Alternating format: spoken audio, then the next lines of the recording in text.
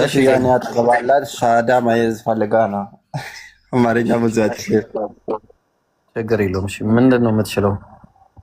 እኔ ኦሮምኛ እሷ ትችላለች ግን በደንብ።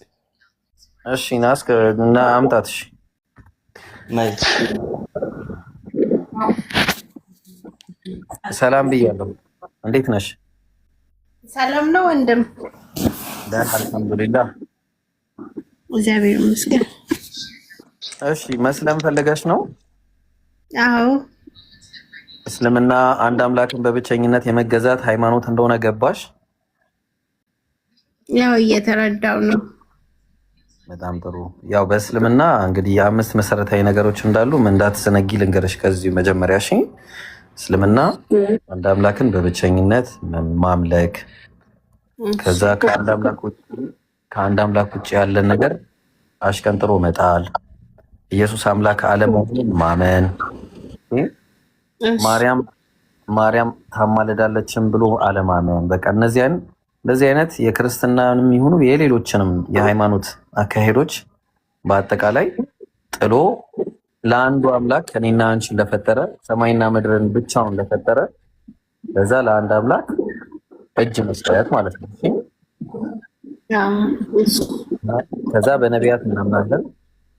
ነቢያትም ሁሉንም ነቢያት ነቢዩ መሐመድም ያለ መልእክተኛ እንደሆነ ማመን፣ ኢየሱስም ነቢይ መሆኑን ማመን፣ ሁሉንም ነቢያት መሆናቸውን ማመን። ከዛ በመጽሐፍት ማመን፣ ሁሉንም መጽሐፍት እናምናለን እንቀበላለን።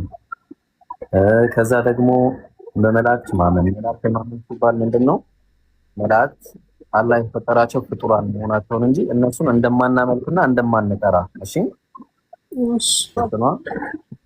ሰው ቢሆንም አጠገቤ ያለ ለምሳሌ ሰው ካለ ዱዓ አድርግልኝ ብዬ ዱዓ ላደርግ ይችላል፣ ልጠይቀው ይችላል። ከዛ በተረፈ ግን አጠገቤ በሌለበት ሁኔታ ከዚህ ግድግዳ ጀርባ ሆኖ ምንም አይነት መልካም ቢሆን ሰውየው ብጸልይ ወደሱ ይሄ ከአላህ መንገድ ያስወጣል። እሺ አይቻልም። ስለዚህ ለአላህ ደግሞ ስምና ባህሪያቶች አሉት። እንዲሁም ደግሞ ስምና ባህሪያት ብቻ ሳይሆን እሱ ለራሱ ያጸደቀውን ነገር ማጽደቅ። ለምሳሌ አላህ ፊት አለኝ ካለ ሰዎችን የማይመስል ፍጡራንን የማይመስል ፊት እንዳለው ማመን ምን አይነት እንደሆነ ተብሎ አይጠየቅምና ማለት ነው። ኦኬ በጣም ጥሩ። ስለዚህ ይሄንን ትቀበያለሽ ማለት ነው። ያስማማናል ያካሄድ። አዎ እኔ የምለውን ተከትለሽ ትያለሽ። እሺ ቪዲዮ ያስፈልጋል ብሮ? አያስፈልግም። አይ ቪዲዮ አያስፈልግም። እሺ እሺ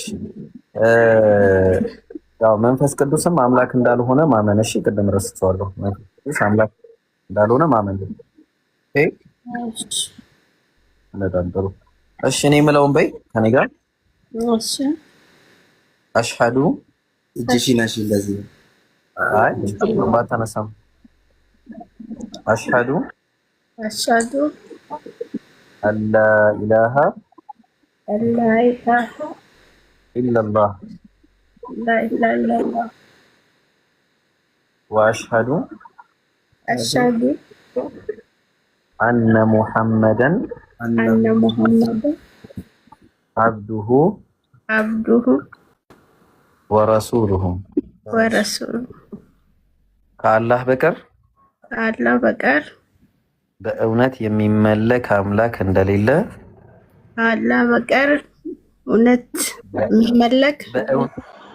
በእውነት የሚመለክ አምላክ እንደሌለ በልቤ አምኜ በአፌ መሰክራለሁ። ሙሐመድም የአላህ መልእክተኛና እና ባሪያው መሆናቸውን በልቤ አምኜ በአፌ መሰክራለሁ። አልሐምዱሊላህ። ከዚህ በኋላ አንቺ ሙስሊም ነሽ። እንግዲህ ዘይኒ ጓደኛ ወይ አጠገብህ ያለችዋ ልጅ ያው ምናልባት ሰው እንዳትወዛገቡ ዘይኒ አለህ? አለው ችግር የለውም። ያ ሰላት የሚያስፈልግ ነገር እኔ አስተምራታለሁ። ችግር የለውም። በደንብ አስተምራት ሰላትን ይፋታ ቁርአንንም ቁርአን መማር ውሰዷት። እሺ ገነት ትባላለች። ስሟን አውጣት እስቲ። በዛ ላውጣለሽ? እስልምና የምትወጂው ስም አለ ወይስ እኔ ላውጣለሽ? አይ እንኳን ያሰብኩት የለም። እሺ አይሻ የሚለውን ስም ትወጂዋለሽ ወይስ ላማርጥሽ? አይሻ፣ አሲያ፣ መርየም ከሶስቱ ምረጭ። አይሻ፣ አሲያ፣ መርየም። አይሻ አይሻ። ማሻአላህ ማሻአላህ ማሻአላህ። ይጠብቅሽ። በቃ ከዚህ በኋላ አይሻ ትባል። እንግዲህ የአደራህን። እሺ ዘይኒ። እሺ ወደ ሌላ ሰው ቀጥላለሁ እና ትምህርት ማዘር አለ የለውም። እሺ የማዘር ጓደኛ ናት። እሺ ማሻአላህ። እሺ ከኔ ጋር እንቀጥል። በአንዴ ዋን ይቅርታ፣ አንዴ ትቀጥላለህ። ነቢዩ ሰለላሁ ዐለይሂ ወሰለም ሰሃቦች። እሺ አሳየኝ እስከ ቁርአን እሱ እንደጻፈው። ከቁርአን ነው ማሳየ? አዎ ቁርአን ላይ ሳይሆን ያለው ሐዲስ ላይ ነው ያለው እሱ። ስለዚህ ታዲያ እሱ እንደጻፈው ቁርአን ላይ ከሌለ ጻፈው አይታወቅም ማለት ነው። ቁርአን ኦኬ። አንዴ የእንትና ቁጥር 11 ነው እንዴ መጨረሻ? እየደወለ ነው። አንዴ በዚህኛው ስልክ ትደውለታለህ እንዳይዘጋብኝ ከቻልክ። በቃ ተወሽ። ስለዚህ ቁርአንን ያለ ቃል ነው ብለን እንወስደዋለን። ስለዚህ አሁን መስፈርቱ እዛ ላይ መኖሩ ነው አይደለ?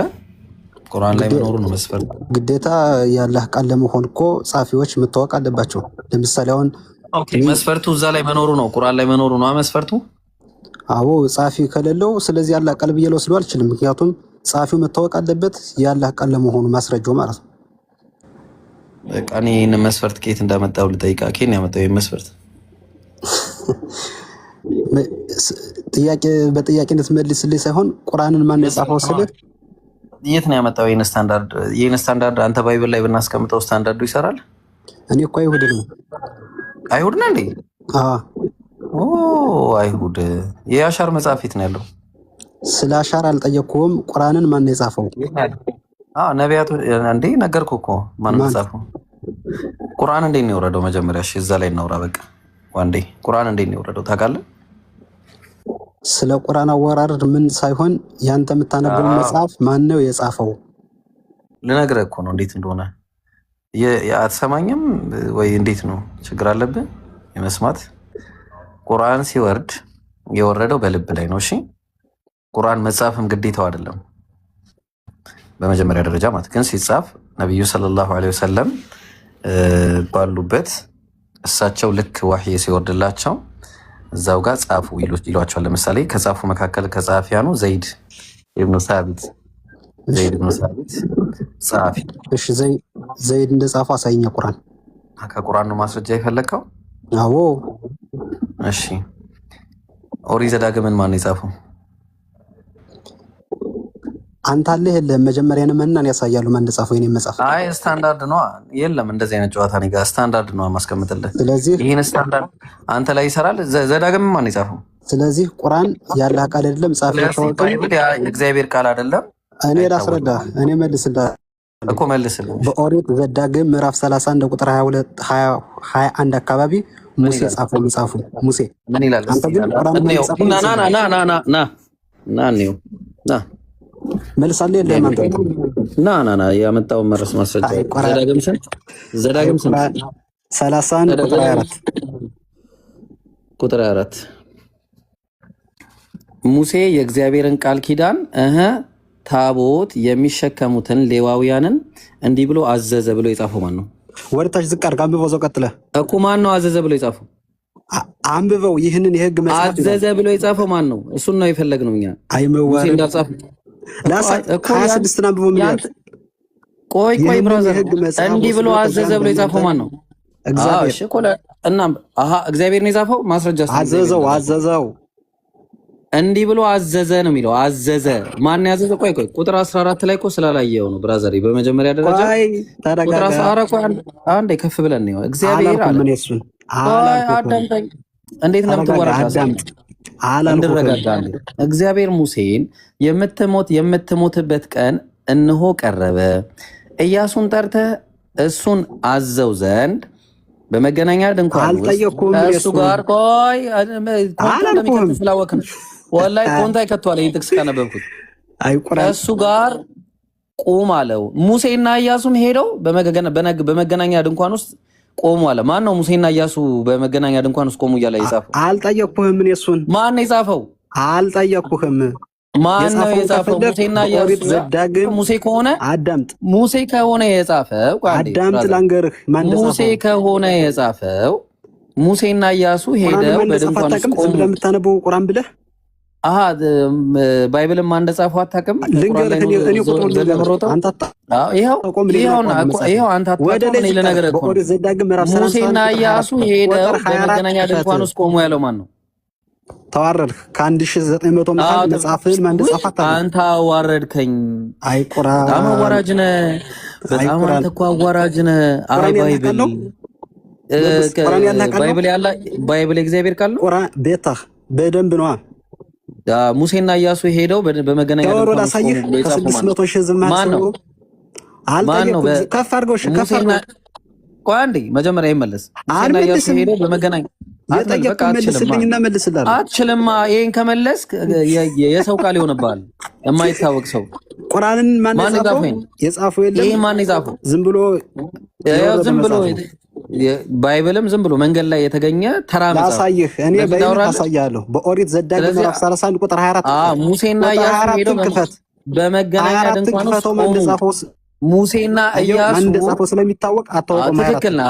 በጣም ጎበዝ። ሙሴና ኢያሱ ስለ ሙሴና ኢያሱ የሚያወራው ማን ነው? እዚህ ጋር ንገረኝ። ቁጥር 24ን ክፈተው። ስለ ሙሴና ኢያሱ የሚያወራው ማን ነው? መጀመሪያ ማለት ቁርአን ግን ማንም ነብይ አልጻፈውም። አላህም አላዘዘም። ባይብልም ማንም ነብይ አልጻፈውም። የሆነ ተራ ሰው ዝም ብሎ የቦጫጨረው መጽሐፍ ነው። እንደዛ እንዲህ ከሆነ እንደታሳይኝ መጀመሪያ መልሴን ሙሴና ኢያሱ ስለ ሙሴና ኢያሱ የሚያወራው ማን ነው? ማን ነው? መልስ የለህም ማለት ነው። አየው፣ መልስ የለም አታውቀውም ማለት ነው። አየው፣ ሙሴና ኢያሱ የሚለው ማለት ነው። ደግሜ ልጠይቅህ። አትጠይቀኝ። ሙሴና ኢያሱ የሚለው ማለት እስላም የሚባለው ስም ከቁርአን በፊት ነበረ? ይሄን አትመልሰውም። እሱን እንመጣለን። አንዴ ቆይ፣ ይሄኛው አልቻልከውም። ከበደ፣ ይሄን ከበደ 24ን ከፍ አድርገው። ይሄኛው ከቁጥር 24 በፊት 14 ይቀድማል። 14 ይቀድማል። ከ24 በፊት 14 ይቀድማል። 14 ቁጥር ላይ ሙሴና ኢያሱ ብሎ የሚናገረው ማን ነው? ቁርአንን ማን እንደጻፈው አሳየኝ። እኔ ባይብል ላይ ሙሴና ኢያሱ እያለ የሚጽፈው ማን ነው? አልጠየቅኩህም። 1900 ሰው እየሰማ ነው። 1900 ሰዎች ሙሴና ኢያሱ ብሎ የሚናገረው ማን እንደሆነ ማወቅ ይፈልጋሉ። ከፍ አድርገው ወደ ላይ ሙሴ እንደጻፈው አላሳየኝ። ንገራቸው። አንዴ ከፍ አድርገው ንገራቸው። እነግራቸዋለሁ። ቁርአን የጻፈው ሙሴ በኦሪት ዘዳግም ምዕራፍ 31 ቁጥር 24 ላይ ሙሴ ጽፎታል። ቁርአን ግን ማን እንደጻፈው አልከኛ? ነብዩ መሐመድ አይደለም ሊጽፈው ማን በቁርአን እንስማማ። እንስማማ። አንዴ ምን መሰለህ ሙሴ እንደጻፈው ተስማማና። እሺ ሙሴና ኢያሱ ብሎ የሚጽፈው ማን ነው? እሺ አመንክ? አመሰግናለሁ። ቁርአን ማን እንደጻፈው ቶራን አምና ሐላንተ በጆሮ ሙሴ ቁርአን ማን እንደጻፈው? ኢብራሂም አንተ አታውቀኝም ማለት ነው። ቆይ አንዴ እንተዋወቅ። ኢብራሂም ይባላል። አንዴ እሺ እንድታውቀኝ መጀመሪያ ሙሴና ኢያሱ ብሎ የጻፈው ማን ነው? ወይ እንደዚህ የምትሄድ መስሏል። ሙሴና ኢያሱ ብሎ የሚጽፈው ማን ነው? ማን ነው? እኔ ደግሞ ኢብራሂም ሙሴ ጻፈው ስላልከኝ ማን ነው የጻፈው? ያልተጠየቀውን ይሄኛው ማን የጻፈ? ሙሴና ኢያሱ ብሎ የሚጽፈው ማን ነው? ቁርአንን ማን ነው የጻፈው? መልስ ወረዳ አትመልስም ማለት ነው። ውረድ። እኛ አሁን ቁርአንን ማን እንደጻፈው ማስረጃ እናሳያችሁ። እኛ ሐዲስ አኺረ ሱረት ተውባ እያለ ይህንን እንዴት እንደጻፈ ሰብስቦ እንዴት እንደጻፈ ያሳያል። ያኔ ነው ሲጽፍ ደግሞ ሳሂህ ቡኻሪ 49 ላይ ነቢያችን ሰለላሁ ዐለይሂ ወሰለም ምን አሉ መሰላችሁ? ሐደተና ዑበይድላህ ብን ሙሳ عن إسرائيل عن أبي إسحاق عن البراء قال لما نزلت لا يستوي القاعدون من المؤمنين والمجاهدون في سبيل الله يميل القرآن بورد جزي قال النبي صلى الله عليه وسلم نبي ديالو ادعوا لي زيدا طروا لي يالو وليجيء باللوح بلوح لوحን ያምጣልኝ አሉ። ከተግባባን ወደዋቲ ወልከቲፍ እነዚህ መጻፊያዎች ናቸው። እነዚህ መጻፊያዎች ያምጣ አዊል ከቲፍ ወደዋት ከዛ ثم قال اكتب لا يستوي القاعدون የሚለውን ጻፍ ብለው እንደዚህ ያጽፏቸው ነበር። ዘይድን ማለት ነው። ኦኬ። ስለዚህ ነቢያችን ሰለላሁ ዐለይሂ ወሰለም ማንበብና መጻፍ አይችሉም። የጻፉት ማናቸው? የነቢ ሰለላሁ ዐለይሂ ወሰለም ባልደረቦች። ኦኬ።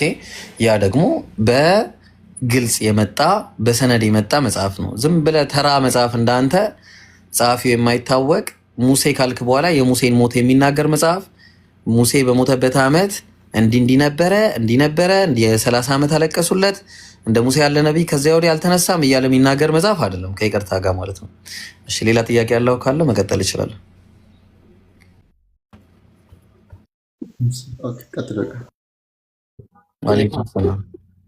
ወአለይኩም ሰላም ወረሕመቱላህ። እሺ አሰላሙ አለይኩም ኢብራሂም፣ ዲኑ ሰላም ነው? ወአለይኩም ሰላም።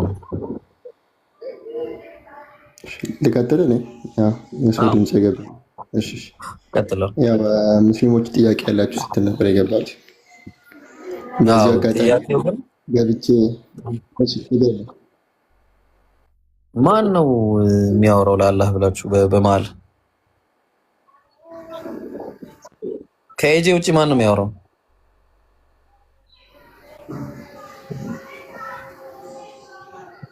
እሺ ቀጥል እስቲ ኤጄ።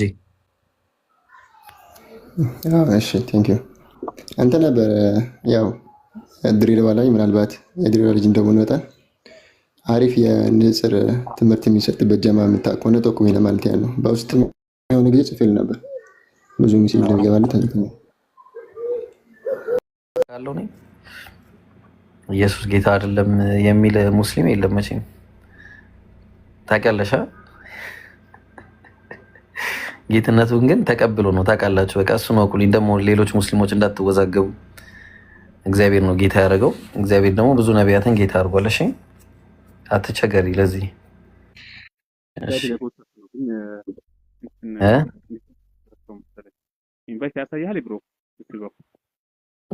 ሸጄ ድምፅ ራሱ እንትን ብሏል። ምን አልከኝ? ኢንቫይት ያሳያል ነው ያልከኝ? ማንን? ጃን።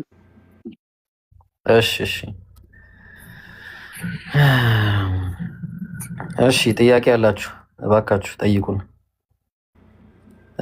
ጠይቁን። ስሜ ብቻ ነው የሚለው። እሺ ኡመር ነው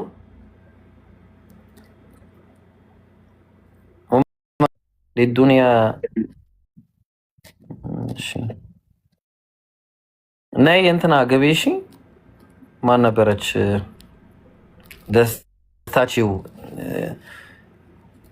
ስታቺውን ማወቅ የፈለግሽው ልጅ